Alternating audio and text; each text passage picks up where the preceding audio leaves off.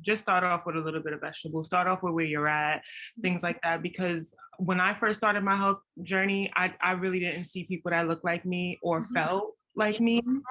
And I'm just a regular schmegular girl from the hood. So I just want more people from like the urban community and just more people that look and talk like me to talk about things that are important. Happy Self-Love Saturday! Whoop, whoop. Okay, I've got a special guest for this video today, Miss Arielle Simone. She is a nutritionist and a personal trainer and just somebody that's in the health and wellness space. I follow her on Twitter. I've been following her for at least over a year now, and I just truly enjoy her tweets.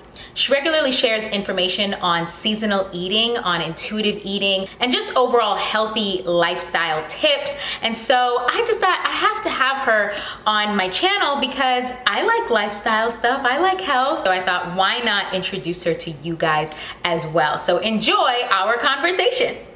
For a while, I was doing modeling, and I was super passionate about it. You couldn't tell me I wasn't going to be the next Naomi Campbell, the next Tyra. You couldn't tell me this when I was like 21 years old. So I was just like on that whole journey of being a model, and I got really sick when I was in Paris.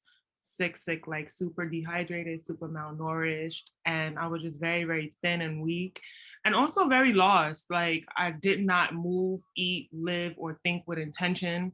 So it was just like, oh, I'm just trying to catch up to the Joneses all the time. Like, oh, they need this, oh, then I'm gonna do that. Oh, they want me to cut my hair, I'm gonna cut my hair. Oh, they want me to perm it, I'm gonna perm it. Oh, they want me to lose weight. I was just doing everything that was very aimless, very pointless. And then I got sick, and I really feel like the universe as well as God was like,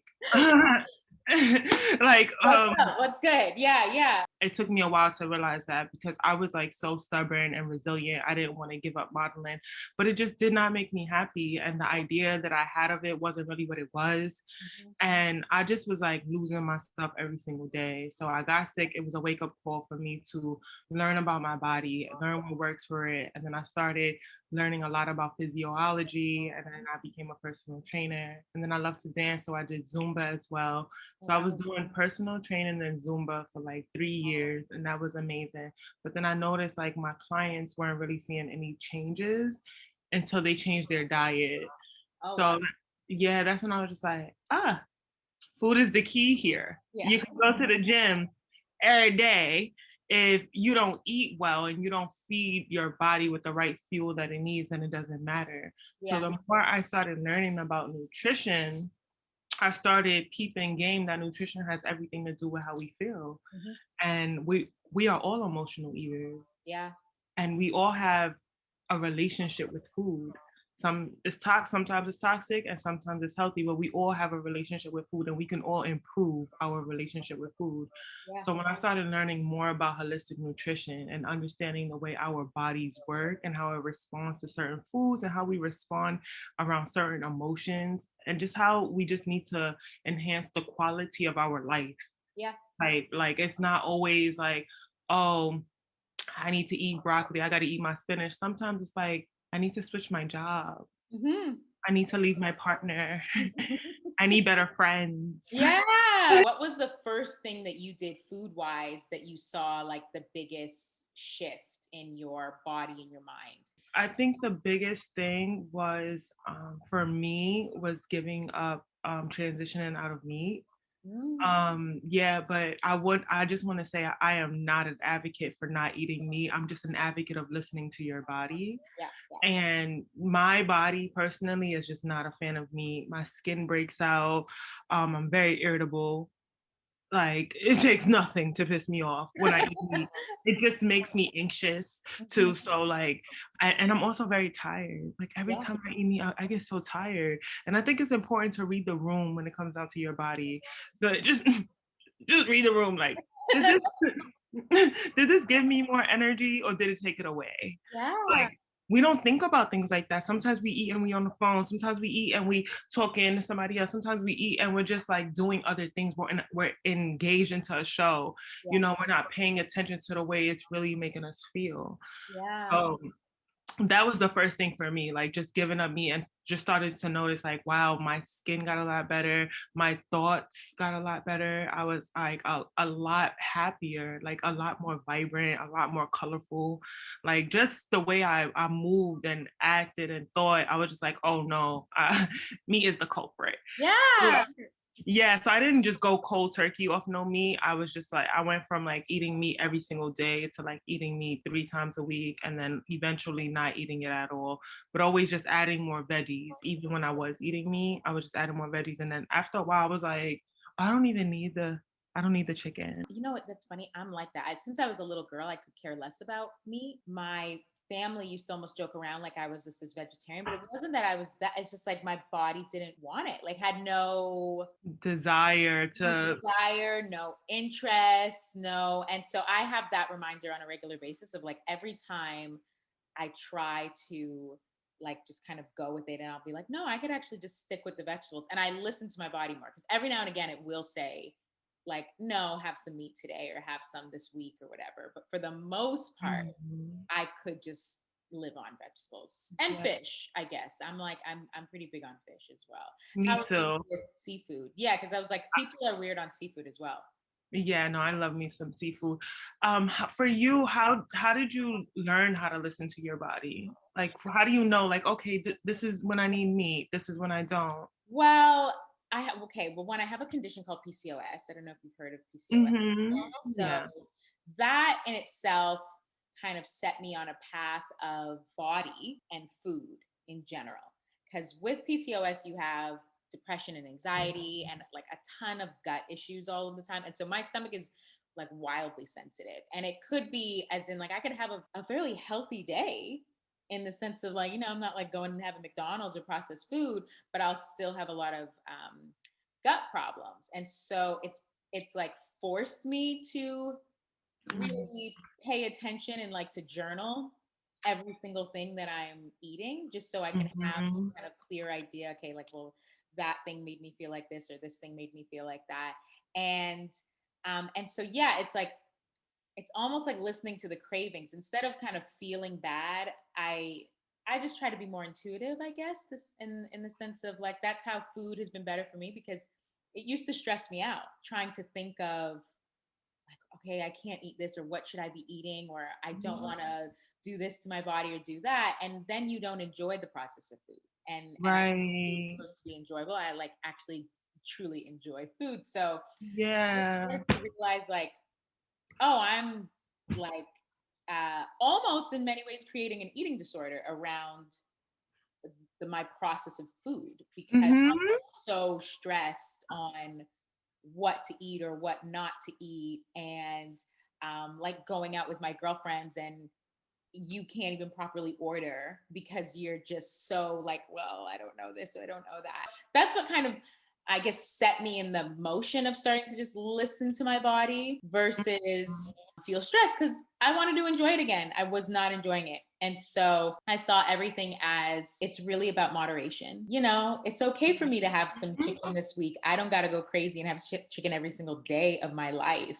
Right. But if this week I feel like this meal, then go ahead and have it and just kind of go on the next day with something else and just be moderate. I honestly think that's just the key. I mean, I follow a lot of people that like diet wise they'll be like, you actually can eat anything you want, it's just about moderation. It's not, Anything. yeah, it's not Anything. about going crazy. It's just Yeah.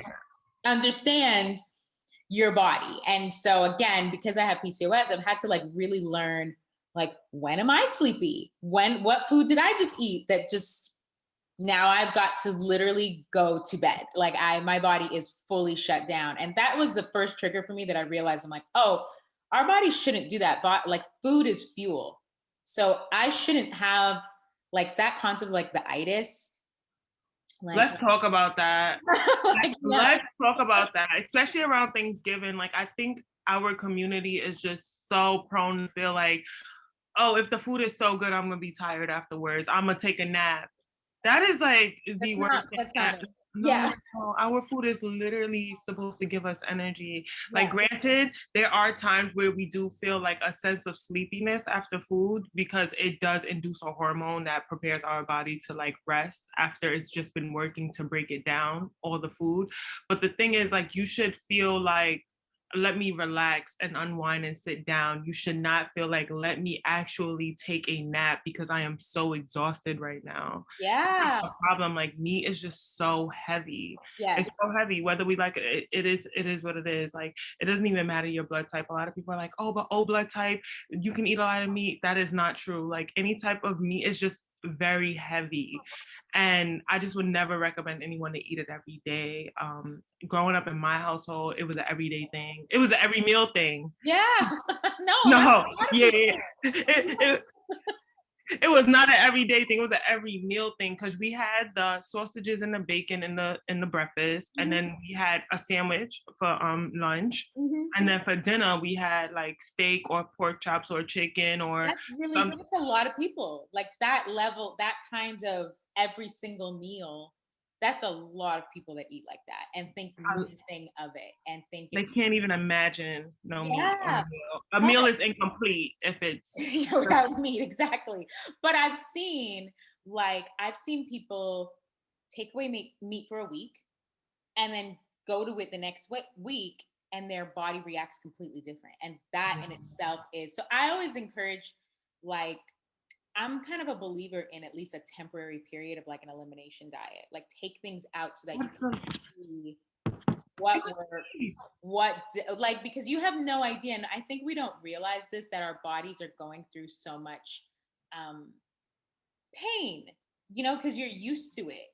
It's like you'll be used to the gas or used to the bloat or used to the tired feeling. So you think absolutely nothing of it. You're just like, this is normal, like this isn't anything. And it's right. not until you remove it from your diet that you start to see, oh, wait, okay, that was the thing that was making me look like this or like that and not, you know, not helping me in any real way. And so I kind of started to see that and and now I'm capable of almost like looking at myself and being like, "Oh, girl, you've fallen off. You have something's off in the diet." Because I'll just be able to tell. I'll be like, my skin looks inflamed. It's like I just don't look right. And if my mental state starts to get into like negative and I can't combat it, because Brain fog, yes, lack of clarity, yeah, like easily irritable, like anything. all of that, like depressive thoughts, Mhm. like all of that is just great signs that your gut needs help and great signs that your diet just needs a bit more help. Yeah. So that's been my like journey and like I guess almost like what you said earlier, where I'm like, PCOS is a really frustrating um condition.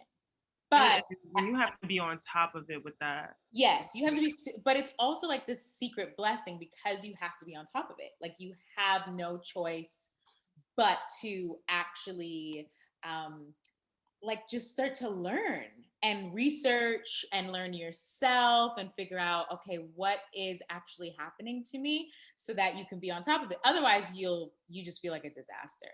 And so it's kind of forced me to look at food from a new perspective and to think about it in a different way and to not treat it as this thing where all or nothing or I've got to cut every single thing Right. out. But no, just I just have to be intuitive. I have to like It- know my body and say this works or this doesn't. What have you seen in terms of like just even the content that you do or like your what have you seen in terms of response when you do write out like a list of like these are the foods that you guys should be paying attention to this season or this is like how are people responding to it? People honestly they just don't know. They don't know a lot about seasonal eating. They don't know a lot about like why that's important. And a lot of people don't understand what it looks like to read the room when it comes down to your body, like to what intuitive eating even looks like. Because we live in a very instant gratifying scrolling, looking at the next thing, onto the next thing, very like quick pace, instant type of lifestyle. So I feel like a lot of us, if we don't see changes right away, we're just like, this didn't work. Yeah. Or if like we're not being instantly satisfied, this isn't worth it. Like, oh, this salad was trash, not doing it again. Like things like that. Like we don't have the longevity that we used to have of like trying things, seeing things out, being patient with our bodies, understanding just what it is that we really need, what it is that our bodies really want. So I think what my entire platform is about and why I attract the people that I attract is because people are now eager to learn what works for them. This pandemic, this pandemic forced us to sit down with ourselves. Yeah. Like if you thought you was going somewhere, you needed to sit down with yourself, and it really showed us the mirror, like who are you when you're not busy? Who are you when you just have endless options and endless time? Who are you? Like, are you the type of person that gets up early? Are you the type of person that stays on Netflix? Are you both? Are you the type of person that works out? Or are you the type of person to cook and clean? Are you both? Like it showed us a lot. And I think right now it's such a pivotal time for us to take care of ourselves. Everyone's on it. Everyone was like, it's ginger, turmeric, black pepper. Like we're all like black seed oil. Like we're all going crazy right now. And we're so eager to be better, to feel better, to understand like how things work. And I think that's a lot of the responses now, that people are just excited to like feel good. Like people are starting to peep like, damn, I'm tired a lot. Damn, I'm emotional. I need to take care of my gut. Like this could be this. And Yeah. so it's just a great time for my content to be relevant and like important. Oh, definitely. What would you say are, if somebody was like, oh, I have no idea where to start, what are things you think they can do to just adjust their mentality around food and add things to their diet right away? Okay, so the first thing I would probably say is to just add more veggies. Mhm. And it's that simple. Like if you eat salmon, steak, shrimp, fish, anything, chicken, whatever you eat, just always think like, let me add a little bit more veggies. What's one more veggie that I can add? And Yeah. I mean with everything from Chinese food to pizza to your Mhm. bacon, egg, and cheese from the bodega. Like everything, just figuring out a way to add more veggies. So if it's the Chinese restaurant, ask if they have string beans, and you getting a chicken and broccoli, ask if they have string beans, or can you add carrots to it, or onions, or mushrooms. Now you just have 4 vegetables and 1 chicken, and Yeah, like on meat. one selection of chicken, so it ups your quantity. Every time I call a Chinese restaurant, they're like, okay, we know you. And just like, because they know what time I'm on. I'm like, oh, can I have a little bit more veggies because I know y'all have it. And then like when it comes down to pizza, I'm not a big fan of cheese, but some people are. Some people love their cheese. But you could just add so much to pizza, like olives, like mixed peppers, jalapenos, little cherry tomatoes. Like it's just so many things. So I would say no matter where you're at in your journey, add more veggies. If you don't know how to add more veggies, try a new one. Yeah. Like just try some shit you ain't never tried before. Just like do something. But I highly recommend just making the majority of your plate vegetables. And that's just a great way to transition into it, because the more textures and different type of flavorings that we eat, the more it opens up our food palette. And we're like, is the chicken necessary? Yeah. No, definitely. Um, Definitely. I'm like definitely with you on that. Recently, my thing has been trying to get out of my routine. So when I go to a grocery store, I'm trying my best to look at vegetables that maybe I would not normally pick up.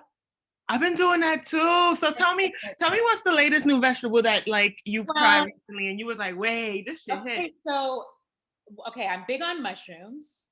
And so like the king oyster mushroom is like my favorite one, and I can add that to anything. I can like slice it large. I can slice it like so that it looks like scallops. I'll just do anything with it.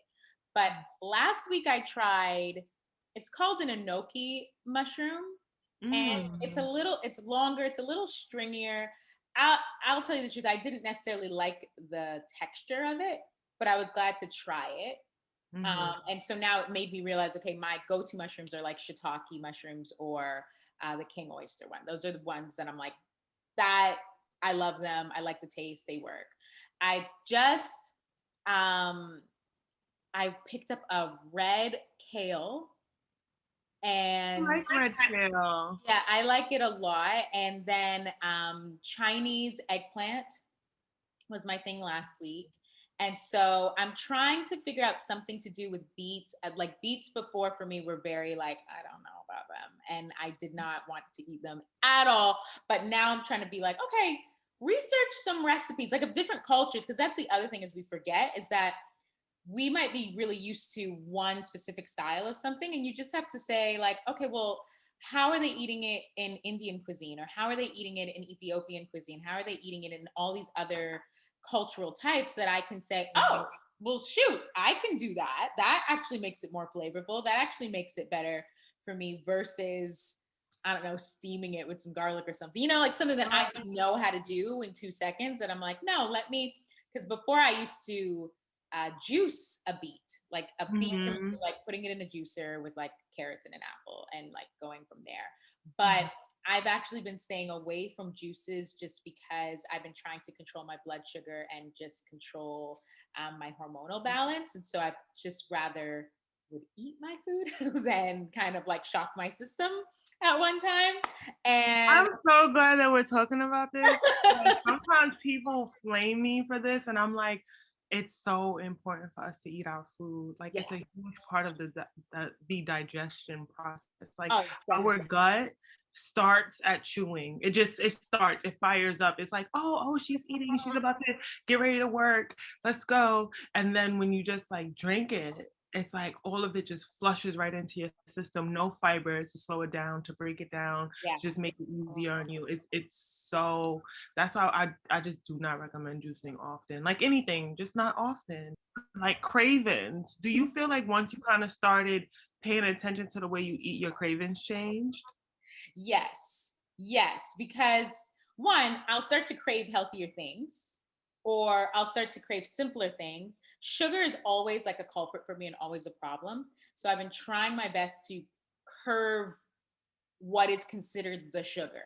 Like I'll have dark chocolate. I'll have like a natural Mhm. peanut butter. I'll have like things that I'm just trying my best to make my brain understand like we can have sugar. It's just going to be in this form versus we've got to go and get a cake today or go and have donuts or just something that you're like, why are you doing that? Like you're just going too crazy. My gut issues were so intense that I actually went to a doctor and I was like, you actually have to go inside. I'm like, something is wrong. Like I just know it. And it was him that was like, I think you have just so much of your mental is tied to your gut. And so you really just need to work on your mental space for your gut and start to figure Absolutely. it out. And so at first it was rocky for me because like I said, I started to just overthink food. And Mhm. then it started to be like, no, you can do anything you want. It just has to be in moderation. It's just add more vegetables. It's just like those little things. Drink more water. Be more aware as to like the supplements that you're adding and why you're adding them. Don't just go crazy and like every single thing that every person suggests. Don't do that. Yeah, practice a level of discernment. Absolutely. For me, I noticed that the more intentional I became with my food, the more intentional I became with my life, like my Yeah. time, my energy. I just know, okay, this is the time that I'm going to eat, meaning this is the time I have to cook. This is the time I need to prep. And just like when you're intentional with your time, you're very intentional with your energy. Like you said, like once you started to get your food right, you made everything else in your life right. Because we're not learning how to eat, we're learning how to live. And Yeah. it starts with food, but then it's just like, wow, like every single one of my clients either found a better job, Mhm. a better relationship, because it's like your toleration for anything that doesn't serve you just is Change. at an all-time low. Yeah. You know what I mean? And then just like one of my clients just recently created just a creative hobby. Like just started indulging in her creative hobby, which is cooking now. And I thought that that was amazing. Like we need creative hobbies. That's just a part of how we feed our lives. Me, all of my clients were eager to just have a better relationship with food and have a better relationship with themselves and to like increase their self-esteem and their confidence. And what I do is I just help people move in alignment with how they want to feel. Yeah. That's it. That's all I do. Is I just if you want to feel like a boss, you want to feel like an entrepreneur, you want to feel like you have energy, you want to feel productive, this is the type of food you need to eat. You need to eat high, vibrant, nutrient dense, colorful food so we can feel colorful, we can feel up. Like that's all it is. And then when you start to notice that your diet shifts, your mind shifts. Now all of a sudden you have more time to be creative. You have more time to step into your purpose, more time, more clarity. Just Mhm. more like everything just opens up. Like literally my entire life changed when my diet changed. Like, and then I started going to therapy. Therapy heightened it. Like so many things heightened it. And like everything brought me back to self. And that's all it is. It's like I help people come back to self. Like what's important to me and how do I feel? How does this make me feel? How does this conversation make me feel? How did my partner make me feel? Do they understand me? Are they in alignment with who I want to be? Like all of those type of questions occur just from changing your lifestyle, which is a part of changing your diet. Once again, thank you to Arielle for this conversation, and thank you guys for watching. I've got all of her info in the description box below, so check her out further. And let me know in the comments, who else would you guys like to see me feature on my channel? Don't forget to like, subscribe, and share this video with any of your friends who you think may need it. Bye, guys!